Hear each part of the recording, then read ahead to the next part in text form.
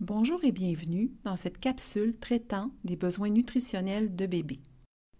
Parlons maintenant de la vitamine D. Tous les bébés doivent recevoir des gouttes de vitamine D qu'on leur donne à la bouche une fois par jour. Pour le bébé allaité, cette goutte devrait être administrée pour toute la période de l'allaitement. Pour le bébé nourri avec une formule maternisée comme l'Enfamil, le Bon Départ ou le Similac, on devrait donner la goutte de vitamine D jusqu'au moment où la quantité de lait comble les besoins essentiels de vitamine D pour la bonne croissance de bébé et la solidité de ses os.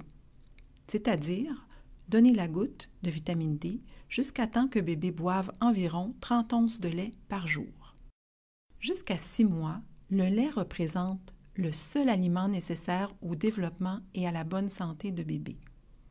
Si votre bébé présente des problèmes particuliers et que le médecin juge qu'il faudrait ajouter des céréales à son alimentation avant 6 mois, vous devez absolument en discuter avec lui.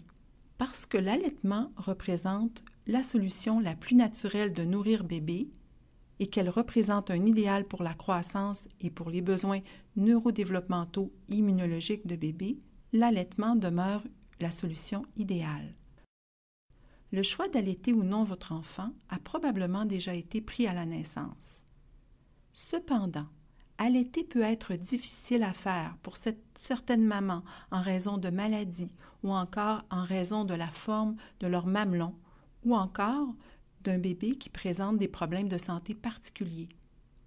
Aussi, la formule maternisée telle le lait Enfamil, Bon Départ ou Similac peut être une bonne alternative. L'allaitement est un nouvel apprentissage pour bébé et pour maman. Il faut en moyenne de 4 à 6 semaines pour bien démarrer un allaitement et établir et maintenir la production de lait. Un bébé de 2 semaines tétera en moyenne de 8 à 12 fois par 24 heures. Certains bébés auront besoin de moins de tétées, d'autres de plus de tétées. Ce qui compte vraiment, c'est une belle courbe de croissance et que le bébé s'hydrate bien. On visera 6 à 8 pipis par jour et de 2 à 3 cacas colorés par jour.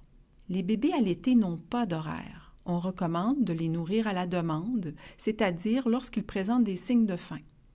Allaiter son bébé ne doit pas faire mal. La douleur lors de l'allaitement n'est pas normale. Si cela persiste, il faut demander de l'aide. Voici quelques petits trucs pour un allaitement réussi. Un horaire d'allaitement doit être souple et s'adapter au rythme naturel de bébé. Maman doit prendre des pauses de dos pour se reposer elle aussi en profitant des moments où bébé dort. Bébé doit prendre l'aréole en entier dans sa petite bouche. Les premières mises au sein doivent être brèves en attendant la pleine montée laiteuse. La véritable montée laiteuse ne survient qu'entre 32 et 96 heures suivant l'accouchement. Lorsque le rythme de succion de bébé se ralentit, on suggère de changer de sein. Il est important de ne pas laisser un bébé qui ne tète plus au sein sur un sein. Un mamelon laissé trop longtemps dans la bouche humide de bébé pourra gercer et causer de la douleur à maman. Idéalement, on parlera de 15 à 20 minutes par sein et peut-être moins. Quel doit être l'intervalle entre les tétées? Si bébé ne réclame rien avant 3 ou 4 heures, cela peut être adéquat. S'il s'agit d'un bébé de petit poids, on évitera des intervalles de plus de 4 heures entre chacune des tétées jusqu'à ce qu'il ait repris un certain poids. Votre médecin ou votre infirmière répondra à vos questions à ce sujet. Chez un bébé à risque de jaunisse ou d'ictère, ou un bébé qui présente une jaunisse ou un ictère, on suggérera des boires aux 3 heures ou plus fréquemment selon sa demande pour éviter la luminothérapie, appelée photothérapie, pour faire baisser le taux de jaunisse. On autorise un bébé de moins de 3 mois à boire aussi fréquemment qu'aux 3 ou 4 heures s'il le réclame. Pendant les périodes de croissance, il est possible que bébé fasse des tétées groupées plus rapprochées. Le lait maternisé est une bonne alternative à l'allaitement lorsque celui-ci n'est pas possible. Il existe des formules commerciales qui sont similaires ou équivalentes, soit le Similac, Enfamil ou Bon Départ. Les marques des grands commerces ne sont généralement pas adaptées avant l'âge de 6 mois. Il vaut donc mieux les éviter. Les formules prêtes à consommer sont stériles et prêtes à servir. Les formules en poudre doivent être diluées dans de l'eau bouillie pendant 20 minutes pour être stériles et refroidies avant la consommation. Les formules préparées avec de la poudre ne peuvent être conservées plus de 24 heures au réfrigérateur, car on risque une contamination par les bactéries. Les biberons de lait doivent être bu dans l'heure suivant leur sortie du réfrigérateur pour la même raison.